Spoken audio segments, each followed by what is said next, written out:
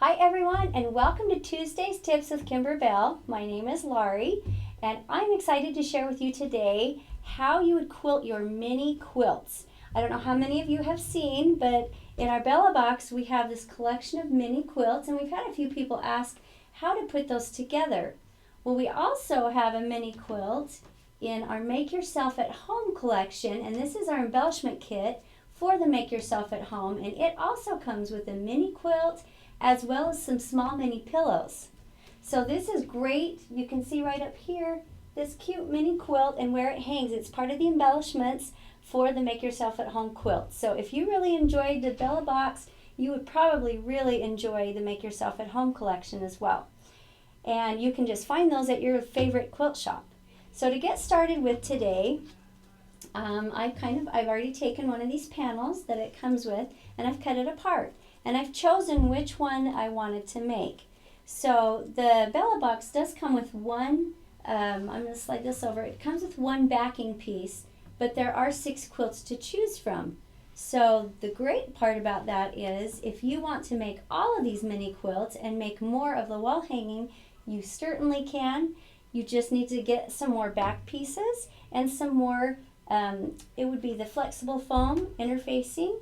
And we'll talk about that and the batting and the way alternate ideas of how you can use that in just a minute.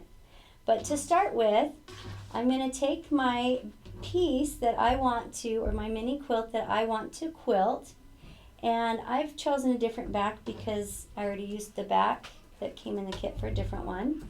So you can just get any piece of fabric that you want to back it with, and I just lay it down and then I cut it. You can use a ruler.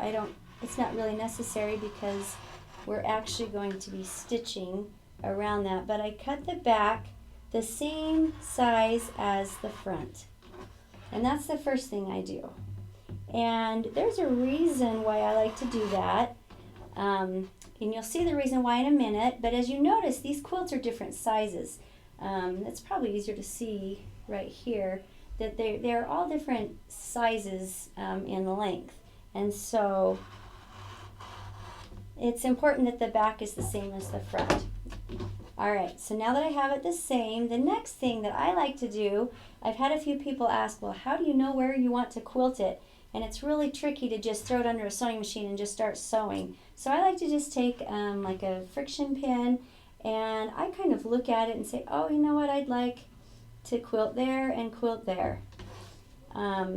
That's a good looking box. And then I like this, and it's just more personal preference, and I like to highlight some things. So I want this bike over here to be highlighted, and it's okay if you cut a border piece in half with a quilt line.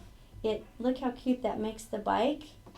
And I just continually draw my lines until I have everything just the way I want it. Alright, let's see, I'm going to go there.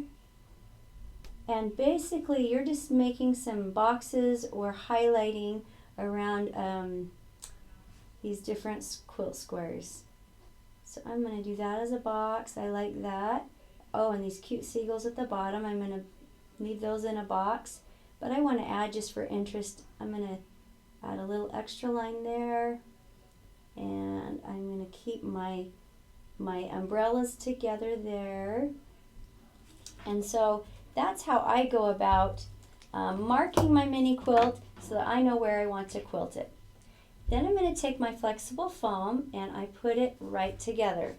Now you're going to take this to your sewing machine, and when you take this to your sewing machine to quilt it, you're just going to have a really small stitch, so make sure that it's not the normal 2.5. I would take it down to about a 1.8 or right around there, so that when you're stitching this, you've got exact control over where these small little lines will go. Now what I like to do, you don't have to use this, but I like to just add a small little bit of temporary basting, just so that when it is in my machine, as you can see now, that's not going to slide off of the foam. It's going to stay right where it needs to be when I'm starting to sew. So then I'm going to take it to my sewing machine, and here I've done one already, And as you can see, I don't know if you can see, I'm going to tilt it just a little bit so you can see the cute puffiness. Can you see how that looks when it's quilted? So darling. It's like this little mini quilt I created. The one thing is I did not stitch around the outside edge, and there's a reason. We want to do that later in the process. We don't want to do it right now. So all my lines that I'm quilting are inside my border, okay? Then the reason this one is not cut out, the reason I cut the back so that it will exactly match the front is when you go to place this, you know exactly where to place it, and then it's easy to sew these together. So if you can see right here, this one still has the black line. Well, if I were to lay that down, I don't know exactly where I'm placing it. You can see I'm not sure if I've got that black line where it's going to be covered. So that's the purpose of trimming this to the same size as your front before you begin. So that's one of the main reasons.